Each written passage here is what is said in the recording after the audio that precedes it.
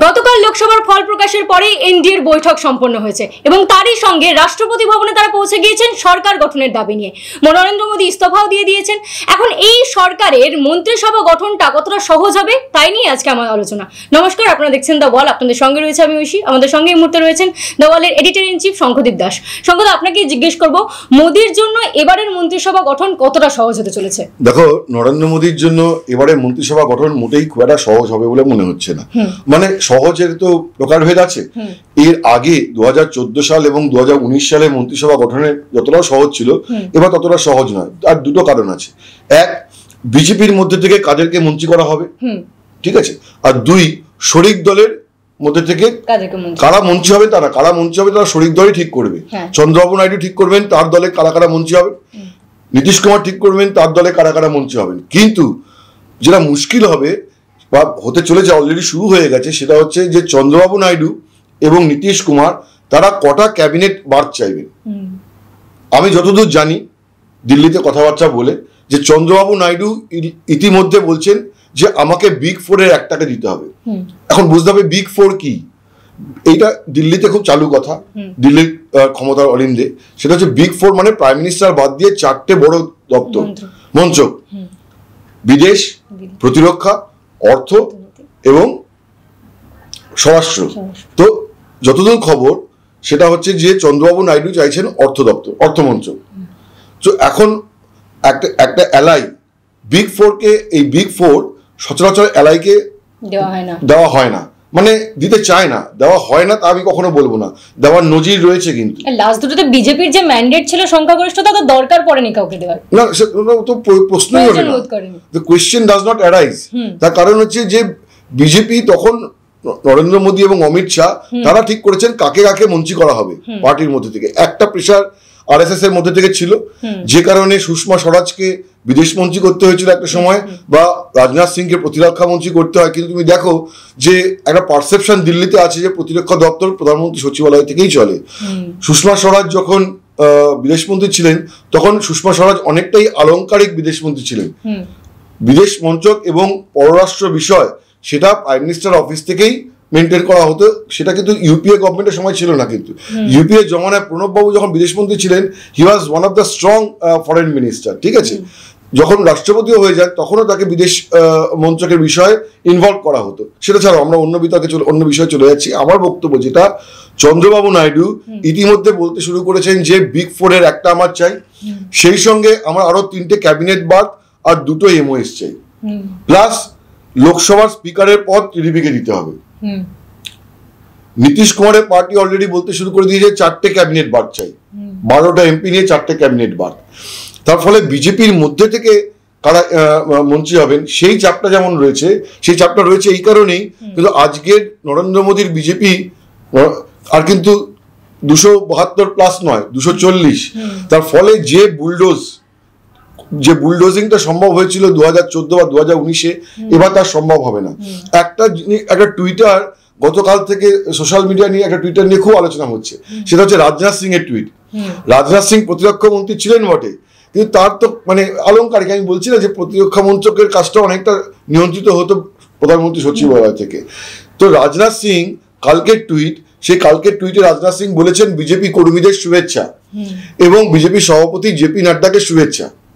ঠিক 5 বছর আগে 2019 সালে যখন ভোটের ফলাফল ঘোষণা হয়েছিল, রাজনাথ টুইট করেছিলেন। তাতে রাজনাথ লিখেছিলেন, প্রধানমন্ত্রী নরেন্দ্র মোদী এবং কেন্দ্রীয় স্বরাষ্ট্রমন্ত্রী অমিত শাহর সঙ্গে ফোনে কথা হয়েছে, তাদের শুভেচ্ছা জানিয়েছি। কালকের টুইটে কোথাও প্রধানমন্ত্রী নরেন্দ্র মোদীর নাম নেই, কোথাও অমিত শাহর নাম নেই।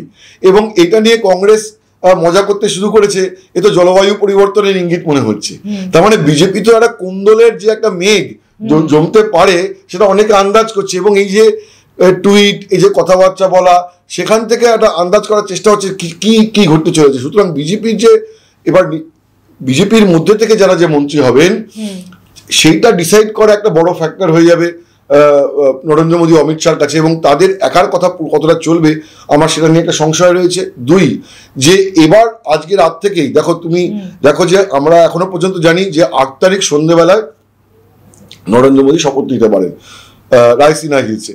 তো 8 তারিখ মানে আজকে হয়ে গেল 5 তারিখ, মাঝে রয়েছে 6 তারিখ আর 7 তারিখ। 2টো দিনের মধ্যে ডিসাইড করতে হবে যে আমরা মানে বিজেপি কটা, প্রথম কথা হচ্ছে কটা ক্যাবিনেট বার্থ, এবং ক্যাবিনেট বার্থের মধ্যে প্রকারভেদ আছে, পূর্ণমন্ত্রী এবং প্রতিমন্ত্রী। তো বিজেপি কটা দিতে রাজি হবে চন্দ্রবাবু নাইডুকে ক্যাবিনেট বার্থ, এবং কটা প্রতিমন্ত্রীর দপ্তর মন্ত্রক দিতে রাজি হবে, সেটা একটা ব্যাপার। এবং ইকুয়ালি নীতিশ কুমার 3 নম্বরে রয়েছেন একনাথ শিন্ডের পার্টি, তারা 7টা এমপি নিয়ে রয়েছে, তারা অন্তত 1-2 ক্যাবিনেট বার্থ চাইবে। তার ফলে হচ্ছে যে এবার কিন্তু একটা হার্ড নেগোসিয়েশনের পর্ব শুরু হতে চলেছে। একটা জিনিস এখানে বলে রাখা দরকার, সেটা হচ্ছে যে এই লোকসভার যে 543টি আসন আছে, এই 543টি আসনের 15% হচ্ছে টোটাল ক্যাবিনেটের স্ট্রেংথ হতে পারে ম্যাক্সিমাম। এই 15% মানে 81, তার মানে হচ্ছে যে ক্যাবিনেটে মোট 81 জন মন্ত্রী থাকতে পারেন প্রধানমন্ত্রীকে ধরে, মানে প্রধানমন্ত্রী প্লাস 80, এটা হচ্ছে ম্যাক্সিমাম স্ট্রেংথ হতে পারে। এখন দেখো যে নর্মালি কি হয়, এবার যেমন বড় শরিক দল কম, বিজেপির বড় শরিক দল কম, সব ছোট ছোট ছোট ছোট ছোট ছোট আন্দামান নিকোবর দ্বীপপুঞ্জের মতন, ঠিক আছে, এরকম ক্ষুদ্র ক্ষুদ্র ক্ষুদ্র ক্ষুদ্র। তো বড় দ্বীপ, বড় এলাই, তার মধ্যে রয়েছে যে মোটামুটিভাবে 3টে পার্টি দেখতে পাচ্ছি। এখন কি হয় যে এর আগেও যখন এইরকম শরিকদের সঙ্গে যখন দপ্তর বন্টন করা হয়েছে, মন্ত্রক বন্টন করা হয়েছে, তখন দেখা গেছে যে একটা রেশিও বার করা হয়, মানে ধরো 10টা এমপি পিছু একটা মন্ত্রী, ঠিক আছে, তার মানে যদি বা 5টা এমপি পিছু একটা মন্ত্রী, তার মানে বিজেপি 5 জন এমপি পিছু যদি, এটা তর্কের ক্ষেত্রে বলছি জাস্ট বোঝানোর জন্য, এটাই হচ্ছে সেটা বলছি না, যে বিজেপির 5 জন এমপি পিছু যদি একজন মন্ত্রী হন, তার মানে 240 জনের মধ্যে থেকে 48 জন বিজেপির মন্ত্রী হতে পারেন, ঠিক আছে। তাহলে সেই শর্তে 16 জন এমপি নিয়ে চন্দ্রবাবু নাইডু পেতে পারেন 3টে মন্ত্রী, নীতিশ কুমার পেতে পারেন 2টো ক্যাবিনেট মন্ত্রী, একটা প্রতিমন্ত্রী, একনাথ শিন্ডে পেতে পারে একটা পূর্ণমন্ত্রী, একটা প্রতিমন্ত্রী। তো এরকম ভাবে হিসেব হয়, কিন্তু এবারে সেই হিসেবটা মেনটেন করা খুব ডিফিকাল্ট হবে। তার কারণ হচ্ছে যে নীতিশ কুমার এবং চন্দ্রবাবু নাইডু ভালো করে বুঝতে পারছেন যে তারা হচ্ছেন যে সরকারের জীবনকাঠি, ঠিক আছে। এবার চন্দ্রবাবু নাইডুকে কনভিন্স করার জায়গা কোথায়, ঠিক আছে, তারও জায়গা আছে। দেখো চন্দ্রবাবু নাইডু অনেক দিন পরে অন্ধ্রপ্রদেশে সরকারে এসেছেন, ফলে চন্দ্রবাবু নাইডুকে অন্ধ্রপ্রদেশে কিছু একটা করে দেখাতে হবে টু রিমেইন ইন পাওয়ার, তাকে 5 বছর সুশাসন দেওয়ার জন্য এবং কেন্দ্রের পুরো সাপোর্ট পাওয়ার জন্য তাকে কিন্তু মানে তাকে একটা বিজেপির সঙ্গে সুন্দর তালমিল রাখতে হবে। তো একটা শর্ত হতে পারে যে নরেন্দ্র মোদী অমিত শাহ চন্দ্রবাবুকে বললেন যে দেখো আমরা আর্থিক প্যাকেজ দেব, বা আমরা অন্ধ্রের যে রিকনস্ট্রাকশন, অন্ধ্র এবং তেলেঙ্গানা হয়েছে, তার ফলে অন্ধ্রের যে ক্যাপিটাল হায়দ্রাবাদ চলে গেছে তেলেঙ্গানাতে, অন্ধ্রের নতুন ক্যাপিটাল তৈরি হচ্ছে, তো ফলে অন্ধ্রের রিকনস্ট্রাকশনের জন্য কেন্দ্র থেকে একটা টাকা পাওয়ার কথা, যখন রাজ্য ভাগ হয় তখন এটা ঠিক হয়ে গিয়েছিল। তো সেই শর্তে চন্দ্রবাবুকে ম্যানেজ করতে পারে, সেখানে হয়তো বলতে পারে যে দেখো তোমাকে আমরা 2টো ক্যাবিনেট বাদ দেবো, তুমি যদি 2টো মেনে নাও তাহলে নীতিশও মেনে নেবে, ঠিক আছে। তো এরকম একটা হতে পারে, আমি এটা হাইপোথেটিক্যালি বলছি, কিন্তু একটা মেজর জায়গা হতে পারে, এবং যেটা অবশ্যই আলোচনার মধ্যে রয়েছে, কারণ চন্দ্রবাবু নাইডুও অলরেডি আর্থিক প্যাকেজ দাবি করা শুরু করে দিয়েছেন, বলছেন যে অন্ধ্রের রিকনস্ট্রাকশনের জন্য আর্থিক প্যাকেজ দাও। এখন যদি রিকনস্ট্রাকশনের জন্য একটা মোটা অঙ্ক দেয় এবং একটা যদি সমঝোতা হয় যে ধারাবাহিকভাবে যে অন্ধ্রপ্রদেশকে সাপোর্ট দিয়ে যাবে সেন্টার, তো চন্দ্রবাবুর কাছে, শুধু চন্দ্রবাবু না, তুমি দেখবে যে সাউথের সবকটা পার্টি, রিজনাল পার্টি, তাদের কাছে কিন্তু স্টেট প্রথম, তারা কিন্তু দিল্লিতে ক্ষমতার জন্য খুব একটা হ্যাঙ্কার করে না। আমি দেখেছি ডিএমকে কখনো দিল্লিতে কটা কি দপ্তর পেলাম, মন্ত্রক পেলাম, এটা নিয়ে হ্যাঙ্কারিং করতো না। এই হ্যাঙ্কারিংটা অনেক বেশি ছিল লালু প্রসাদ যাদবের, বা এই হ্যাঙ্কারিংটা অনেক বেশি ছিল যে ইস্টের অন্যান্য পার্টির বা ওয়েস্টের অন্যান্য পার্টির, ঠিক আছে। কিন্তু আমি সাউথে দেখিনি এটা, যে ডিএমকে অনেক বেশি কমপ্লেসেন্ট তাদের নিজেদের স্টেটকে সমৃদ্ধ করার ব্যাপারে। তুমি দেখো যে আমার মনে আছে যে 2009 সালে না 2004 সালে যখন প্রথম এই চন্দ্রশেখর রাও, তেলেঙ্গানা রাষ্ট্রীয় সমিতির নেতা, তিনি যখন প্রথম ইউপিএর পার্ট হলেন, এখন ভারতীয় রাষ্ট্র সমিতি, তিনি যখন ইউপিএর পার্ট হলেন, এবং তখন তো তাকে তো বুজুং বাজুং দিয়ে ইউপিএ পার্ট করা হয়েছিল যে আমরা পৃথক রাজ্যের ব্যাপারটা আমরা কনসিডার করে দেখব। তো প্রথম ক্যাবিনেট মিটিং, তখনও কিন্তু ক্যাবিনেটের পোর্টফোলিও ডিস্ট্রিবিউট হয়নি, ঠিক আছে।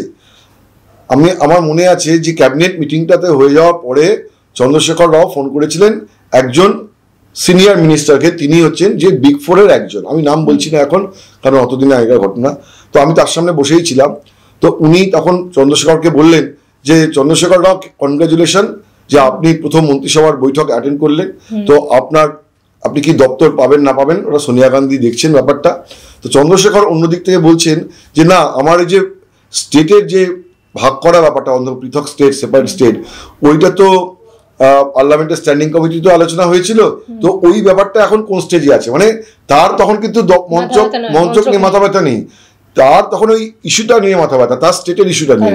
তো ইকুয়ালি এখানে চন্দ্রবাবু নাইডু এখানে তার স্টেট নিয়ে কনসার্ন, নীতিশ কুমারও বিহার নিয়ে কনসার্ন, কারণ নীতিশকেও কিন্তু এখন ডেলিভার করতে হবে, ফলে আর্থিক প্যাকেজ ইত্যাদি প্রভৃতি দিয়ে এটা ম্যানেজ করার চেষ্টা হবে। তবে হ্যাঁ, এখানেও একটা ডিসক্লেমার আছে যে আজকে বিহার যদি স্পেশাল প্যাকেজ পায়, তখন অন্যান্য স্টেট, বিশেষ করে বিরোধী শাসিত রাজ্যগুলো থেকেও দাবি উঠবে, কারণ তুমি দেখো যে পশ্চিমবঙ্গে অলরেডি যে সরকারি স্কিমেই টাকা বন্ধ আছে, ঠিক আছে, তো তার ফলে এই যে যুক্তরাষ্ট্রীয় কাঠামোয় কোনো একটি রাজ্যকে আলাদা আলাদা করে ট্রিট করা, এটা নিয়েও কিন্তু তখন প্রশ্নের মুখে পড়তে হবে। তো আমার মুদ্রা বক্তব্য এটাই যে এবার মন্ত্রিসভা গঠন আগের বারের থেকে মোটেই সহজ হবে না, এবার মন্ত্রিসভা গঠন করার জন্য অনেক সহিষ্ণুতার সঙ্গে এগোতে হবে। দেখো তুমি যখন একটা ব্রুট মেজরিটি নিয়ে গভর্নমেন্ট ফর্ম করছো, বা নরেন্দ্র মোদী যখন করেছিলেন 2014 এবং 2019 সালে, তখন কারোর টু শব্দ করার ক্ষমতা ছিল না, ঠিক আছে। পীযূষ গোয়েলকে যদি এই মঞ্চক দিতে হয়, তাহলে পীযূষ গোয়েল পেলেন, পীযূষ গোয়েল ধন্য হয়ে গেলেন। স্মৃতি ইরানিকে যদি আজকে শিক্ষা দপ্তর দেওয়া হয়, মঞ্চক দেওয়া হয়, স্মৃতি ইরানি ধন্য হয়ে গেলেন। তারপরে যদি তাকে সরিয়ে দিয়ে কোনো একদিন তাকে টেক্সটাইলে পাঠিয়ে দেওয়া হয়, স্মৃতি ইরানি ক্ষমতা থাকবে না যে আরেকবার প্রশ্ন করা যে আমাকে আরেকবার বিবেচনা করে দেখুন, বা তো ফলে এই অবস্থা। আজকে যখন প্রকাশ জাভড়েকরকে যখন সরিয়ে দেওয়া হলো, মন্ত্রী করা আর হলো না, বা এই রবিশঙ্কর প্রসাদকে যখন পুরোপুরি হাইবারনেশনে শীতঘুমে পাঠিয়ে দেওয়া হলো, তারপরে এদের কারোর টু শব্দ করার মানে সুযোগ হয়নি, ক্ষমতা হয়নি। কিন্তু এখন তারাও কিন্তু দৌত্য নেমে পড়বেন, তারাও কিন্তু RSS এর সাহায্য চাইবেন মন্ত্রিসভায় ফিরে আসার ব্যাপারে, কারণ তাদের সঙ্গে তাদের অভিজ্ঞতা রয়েছে মন্ত্রিসভায়, বাজপেয়ী জমানায় তারা মন্ত্রী ছিলেন। তার ফলে এবার বিজেপির মধ্য থেকেই মন্ত্রী বাছাই করা একটা চ্যালেঞ্জের ব্যাপার, সেই সঙ্গে শরিক দলের কটা দপ্তর দেবেন, কোনটা মন্ত্রক দেবেন, সেটাও একটা বড় বিষয়। এবং সবচেয়ে বড় বিষয় হচ্ছে যে ইনিশিয়াল বার্গেনটা কিন্তু শঙ্করদা, নাইডু আর নীতিশ এরা কি এই মন্ত্রকেই থেমে থাকবে, নাকি এর থেকে বেশি কিছু ডিমান্ড করবে? ওই যে বললাম যে স্পেশাল প্যাকেজ, অর্থ টাকা চাইবে, যে স্টেটের জন্য টাকা চাইবেন তারা, যে স্টেটের ডেভেলপমেন্টের জন্য প্যাকেজ চাইবেন, সেটা একটা নেগোসিয়েশনের পয়েন্ট তৈরি হবে। কিন্তু যেটা বলছি সেটা হচ্ছে যে নেগোসিয়েশনের উইন্ডোটা খুব ন্যারো। আজকে 5 তারিখ হয়ে গেছে, 6 বা 7 তারিখ, দুদিন কেন, 1.5 দিনও নেই। তার কারণ হচ্ছে যে 8 তারিখ মন্ত্রিসভার শপথ হলে 7 তারিখ সকাল থেকে ইনভিটেশন লেটার পাঠাতে হবে, ঠিক আছে। ফলে এটা একটা চাপের ব্যাপার। তবে হ্যাঁ, এমন নয় যে প্রথম দিনেই সব মন্ত্রীকে শপথ নিতে হবে। প্রথম দিন হতে পারে যে 15 জন 20 জন শপথ নিলেন, তারপরে আবার একজন আবার আর একবার শপথ গ্রহণ হলো, তখন আবার বাকিরা শপথ নিলেন। তো দেখা যাক যে এবারে মন্ত্রিসভা কেমন হয়। আশা করি নিশ্চয়ই ভালো একটা মন্ত্রিসভা তৈরি করার চেষ্টা করবে, কারণ আবার সংখ্যাগরিষ্ঠতা পেয়েছে এনডিএ গভর্নমেন্ট। ফলে দেশের আশা থাকবে যে ডেভেলপমেন্ট, কর্মসংস্থান ইত্যাদি প্রভৃতি হবে। দেশের মন্ত্রিসভা গঠনের দিকে আমাদের নজর থাকবে এবং তার সঙ্গে কে কোন মন্ত্রক পায় সেদিকেও আপনাদের চোখ থাকুক দাওয়ালে, কারণ খবর এখন এখানে।